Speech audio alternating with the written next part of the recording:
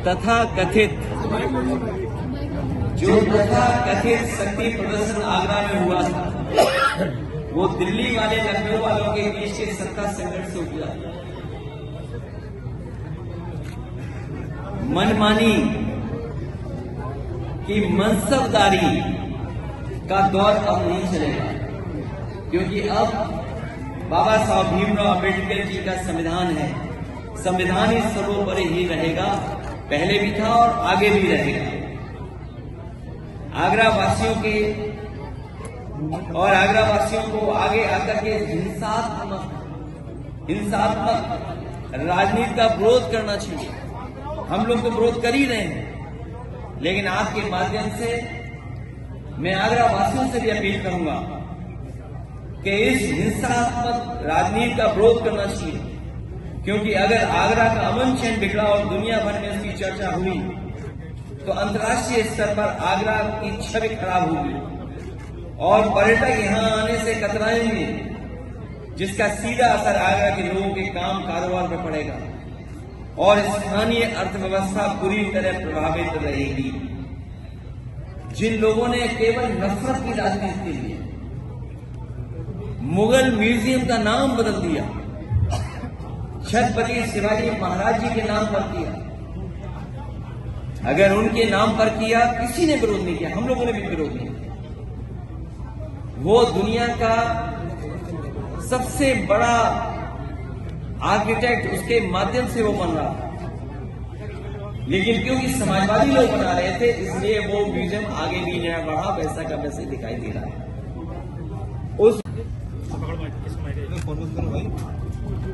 और मैं इसलिए कहता हूं कि सरकार पिछड़े दलितों और अल्पसंख्यकों को डराना चाहती है। कई मौकों पर हम लोगों ने घटनाओं में देखा है, उनके काम करने के तरीके को देखा है, क्योंकि वो जानते हैं कि पीडीए की ताकत 2027 में सपा को साथ दे रही है। सपा के साथ खड़े हैं पीडीए के लोग, उसे डराएं धमकाएं, और वो डराना धमकाना हम लोगों ने देखा था। अभी जो बाई इलेक्शन हुआ था उसमें किस तरीके से डराया धमकाया गया था, उन्हें वोट तक नहीं डालने दिया गया था। ये बड़ी साजिश थी, और मैं कुछ उदाहरण हाल के ही देना चाहता हूं, मैं पुराने उदाहरण कोई नहीं देना चाहता हूं। किस तरीके के सरकार का व्यवहार है डराने का, मैं वही उदाहरण कुछ देना चाहता हूं। हालांकि कुछ बातें जो घटनाएं हैं उसमें कुछ मिलकर के कुछ और फैसले हुए हैं, लेकिन जो घटनाएं हम लोगों ने देखी और हाल में हुई हैं, इलाहाबाद में एक दलित को जला के मार दिया गया क्योंकि उसने जाति विशेष के लोगों के गेहूं काटने से मना कर दिया। क्या आज के आजाद भारत में, जहां बाबा साहब भीमराव अम्बेडकर जी का संविधान हो, वहां पर ऐसी घटनाएं होंगी कि अगर गेहूं के काटने के लिए मना कर दें तो उसकी जान ले लेंगे जला करके? कल आगरा में अभी कुछ दिन पहले और कई दिनों पहले, कई वर्षों पहले भी घटनाएं हुई। उन घटनाओं का मैं जिक्र नहीं करना चाहता हूं, कस्टोडियल डेथ की मैं जिक्र नहीं करना चाहता हूं, लेकिन कुछ दिन पहले आगरा में बारातियों और दूल्हे को घोड़ी से उतार के मारा क्योंकि वो बाबा साहेब अम्बेडकर जी का गाना बजा रहे थे। अगर गाना तेज था तो उसकी शिकायत की जा सकती है, लेकिन गाना आप क्या बजा रहे हैं नहीं बजा सकते हैं। और किस तरह का व्यवहार रहा। इसी तरह इटावा में निषाद युवक को उसके फेसबुक पोस्ट के लिए मारा और अभी तक कोई कार्रवाई नहीं हुई है। अभी हाल ही में फेसबुक पोस्ट लिख दिया, उसने वीरांगना फूलन देवी को लेकर के कुछ लिख दिया, उसको मारा और अभी तक मारने वालों पे कोई कार्रवाई नहीं हुई है। आजमगढ़ में एक दलित दंपति पुलिस से कह रहा था कि आप चल के मेरी बेटी छुड़ा दीजिए। जाति विशेष के दबंगों ने उसे बंधक बना लिया, उसका रेप कर रहे थे। ये घटनाएं हुई हैं।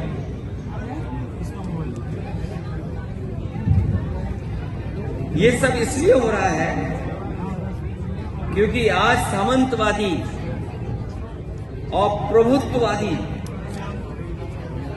उनको पता है कि उनकी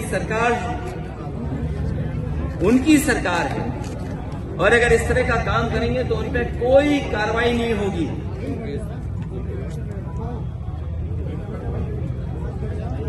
इसीलिए निषाद समाज की वीरांगना फूलन देवी को मारने वाला और किस तरह बोलने वाले लोग वहां शामिल हो, किस तरह ब्रॉडकास्ट किया जा रहा है आज के समय। आज जब मैं अपनी पार्टी के दलित सांसद आली सुमन जी के साथ खड़ा हूं तो याद होगा मुझे गोली मारने की धमकी मिल रही है, जैसे फूलन देवी जी को मारा वैसे तुम्हें मारेंगे। आखिरकार कौन है इनके पीछे? और अगर ये धमकी दी गई है, अगर वो पोस्ट वायरल हो रही है, सोशल मीडिया पे चल रही है, वैसे तो सरकार को खुद संज्ञान लेना चाहिए।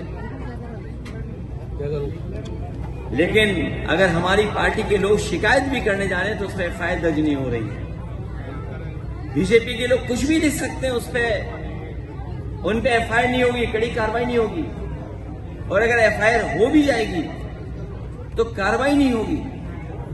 करीबन 25-30 एफआईआर तो हम लिखा चुके हैं। इस सरकार में जाति कैसे काम कर रही है उसे देखिए। सम्राट अशोक, जिन्हें कुशवाहा मौर्य समाज अपना भगवान मानता है, उनकी जयंती पर सौहार्दपूर्ण आयोजन, एक व्यक्ति ने तलवार से केक काट दिया, उस पर कार्रवाई हो गई। पर पुलिस ड्रोन की निगरानी में तलवार लहराती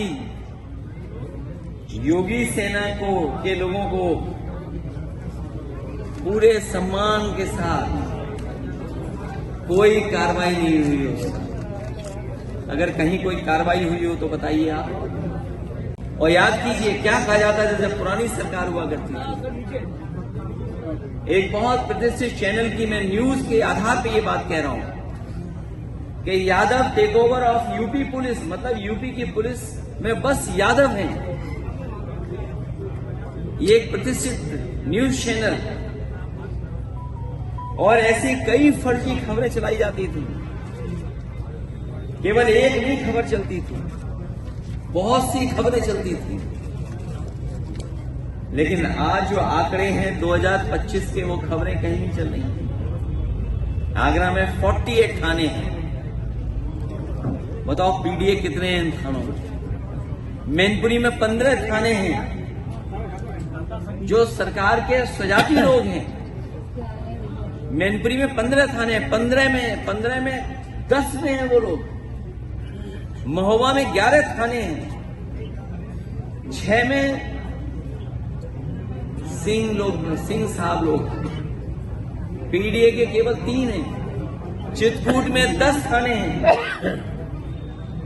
जयतन में सिंह साहब लोग बैठे हैं।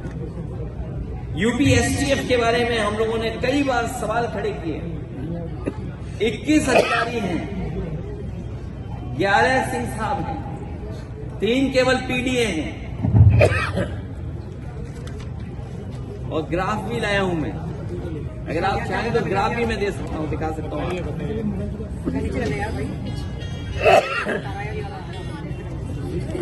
अगर आप चाहोगे तो मैं ग्राफ भी दिखा सकता हूं। मैं जानता हूं कई चैनल अपने आप ग्राफ को कवर कर रहे होंगे। ये ग्राफ है, ये ग्राफ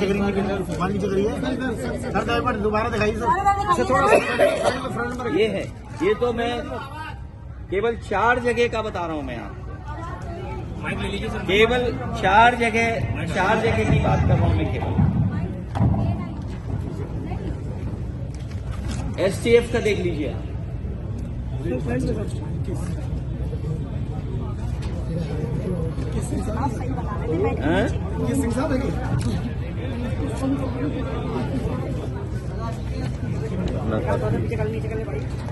इसलिए मैं कहना चाहता हूं